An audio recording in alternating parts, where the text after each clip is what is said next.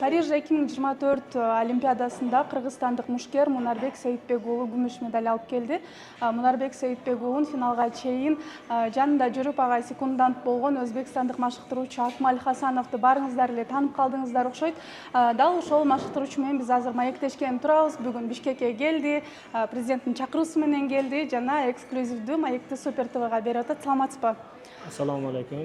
Сизди алгач Кыргызстанга кош келиңиз жана эксклюзивдүү маек үчүн чоң рахмат айтабыз. Жакшы келип алдыңызбы? Xudoga shukr keldik, kechqurun keldik.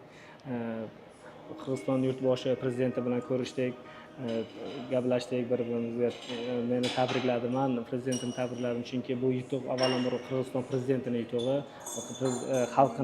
Qirg'iziston xalqining yutug'i. Tanishdik va Tracker avtomobilim sovg'a qildi, xursand bo'ldim. Xudo xolasa birgalikda hali ko'p ishlar qilamiz sport yo'nalishida, chunki biz boks murabbiyman. Qanaqa sport yo'nalishida yordam bo'lsa, biz har doim tayyormiz Qirg'iziston eliga, chunki biz qo'shni mamlakatimiz, yurtboshimiz ham bir-biri bilan juda ahil. Xudo xolasa umrimiz oxirigacha bu do'stligimizni abadiy qilamiz. Qirg'iziston xalqini tabriklayman. Munarbekni izidan xudo xolasa Los Anjelesda endi kumush bo'lgan bo'lsa, Parij Olimpiadasi Los Anjelesda oltin bo'ladi. Xudo xolasa biz yordam beramiz, chunki Munarbekdan keyin boksga juda yosh pokoleniya qiziqadigan bokschilar juda ko'payib ketadi. Xudo xolasa yaxshi natija bo'ladi. Tabriklayman Qirg'iziston xalqini. Cho'ng rahmat. Mashina oldingiz, quvonib o'tasizmi? Emotsiyangiz? Juda xursand bo'ldim, lekin kutmagandim, chunki men chin yurakdan biz yordam qildik. Allohga behisob shukr, o'sha ozgina mehnatimizni Qirg'iziston prezidenti xalqi juda minnatdor bo'lib, xursand bo'lib podarkalar juda ko'p berdi. Chingiz Aytmatov medalini berdi va mashina podarka qildi. Xudo xolasa biz har doim tayyormiz. Mana Qirg'iziston boks bosh murabbiyi Daniyar aka bilan ham aloqamiz juda yaxshi, juda kuchli murabbiy. Xudo xolasa bundan keyin ham aloqamizni mustahkam qilib, biz 3,5 millionga jetdik. Biz bardıq jerdebиz. Gün сайын болгон аракетибизди жумшап келебиз. Жашооңуздарды ыңгайлуу кылыш үчүн, жаңы мүмкүнчүлүктөрдү жаратыш үчүн, мыкты болуш үчүн, сиздерге кубаныч тартуулаш үчүн биз бирге өсүп өнүгүүдөбүз. Ар дайым чогубуз. Сиздердин О.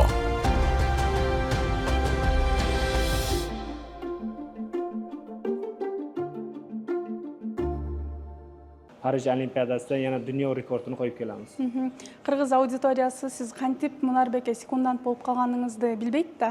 Anan bizdin көрүүчүлөр үчүн айтып берип койсоңуз, эмне болду? Ошол күнү кандайча ушинтип секундант болуп калдыңыз? Munarbek bilan Daniyar aka, bosh murabbiy, glавный trener Daniyar aka bilan juda aloqamiz yaxshi. Oldindan biz 1 yil, 2 yildan beri zborlarda, musobaqalarda birga yurganmiz va Parij Olimpiadasida Daniyar aka bitta o'zi kelgani uchun bizdan bosh murabbiy To'lqin Qilichev ustozimizdan yordam so'radilar va meni tarkibda eng kichkina yosh murabbiy bo'lganim uchun meni taklif qilishdi. Daniyar aka meni taniganligi uchun xursand bo'lib qabul qildi va ko'rib turdingiz, mana final darajasiga chiqib keldi. Eng kuchli bokschilarni dunyodagi kubalik bokschi, amerikalik bokschi, yana bolgariyalik dunyoning eng kuchli bokschilarini yutdi va finalda o'zimizda hamyurtimiz Abdumalik Halakov shogirdimiz bilan jang qildi va самое главное bu zolta ham kumush ham O'zbekistonga Sredney Aziyaga nasib qildi.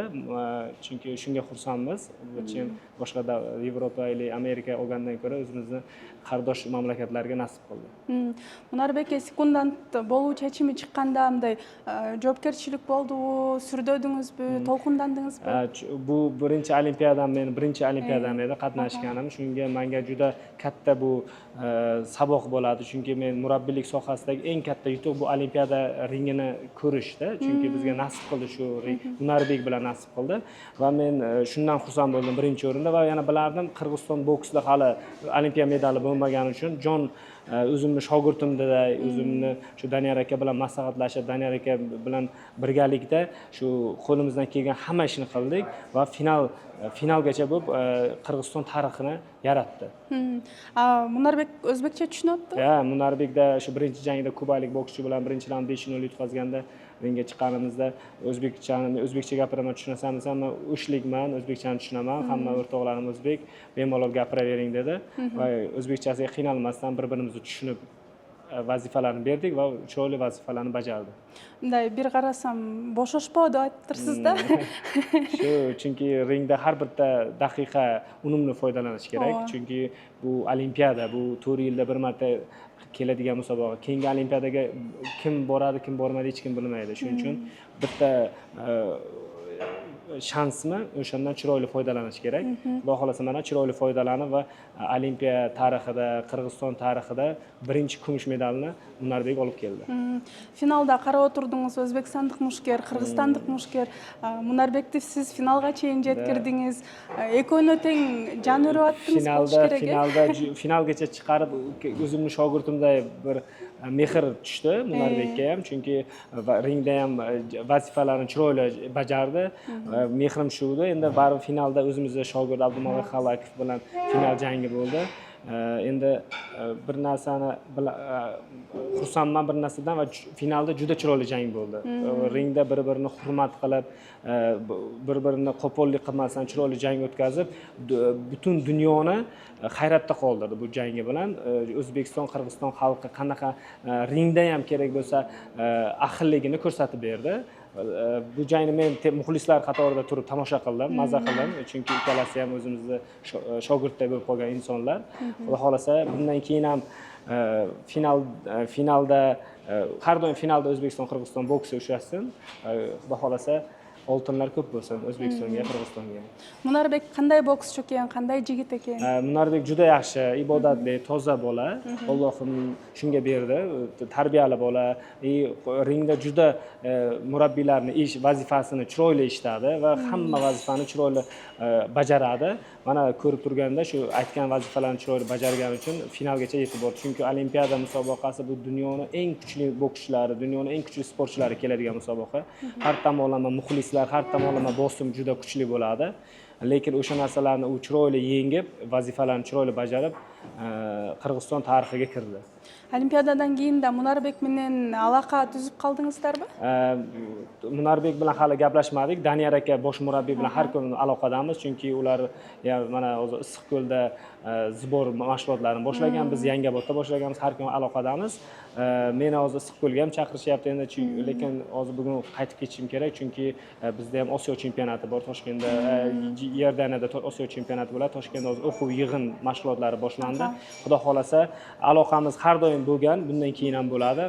Ko'rishamiz musobaqalarda, Qirg'iziston kelsa, biz Toshkentga ular borsa, biz har doim bir-birimizni qo'llab-quvvatlaymiz. Da, ko'p kun bor, ko'p chaqirishadi sizda Qirg'izistonga. Alturg'ay O'zbekistonda Qirg'izistonning elchisi da chaqirdi sizda Qirg'izistonga. O'zbekistonda Qirg'iziston elchixonasiga bordim.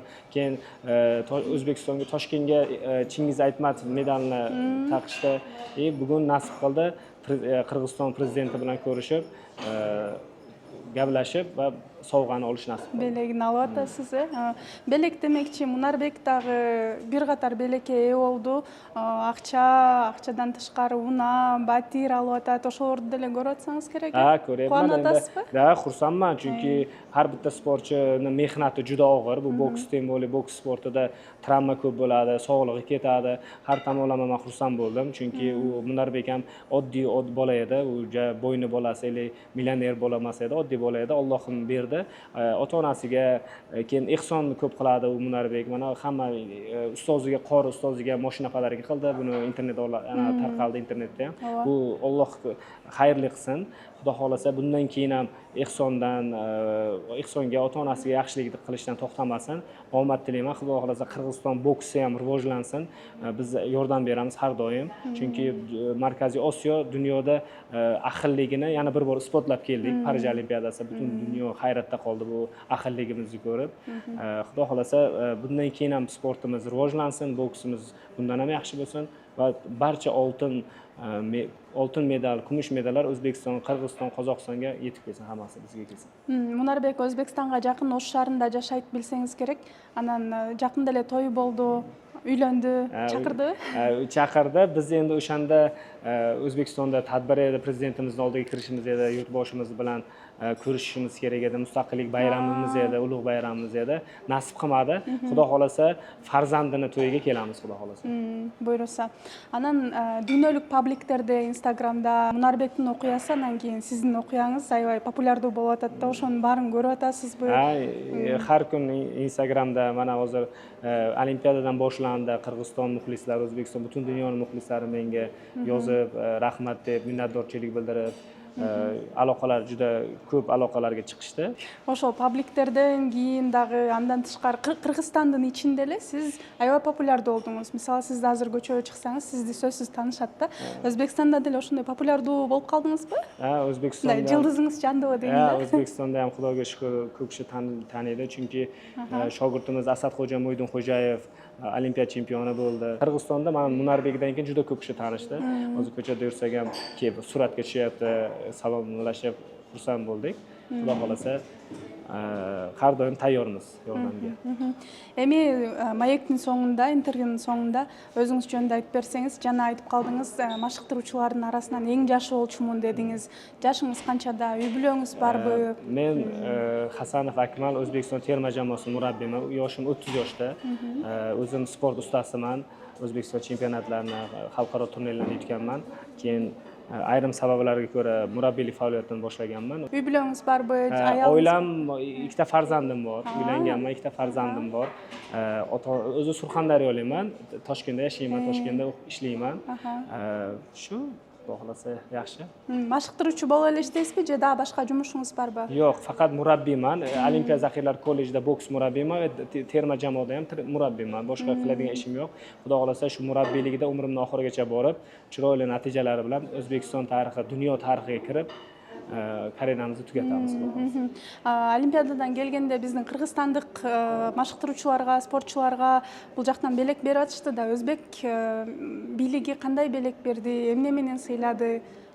Bizni yurtboshimiz juda katta podarkalar, mashina, uy, pul, barcha narsa bilan ta'minladilar, berdilar, podarka qildilar.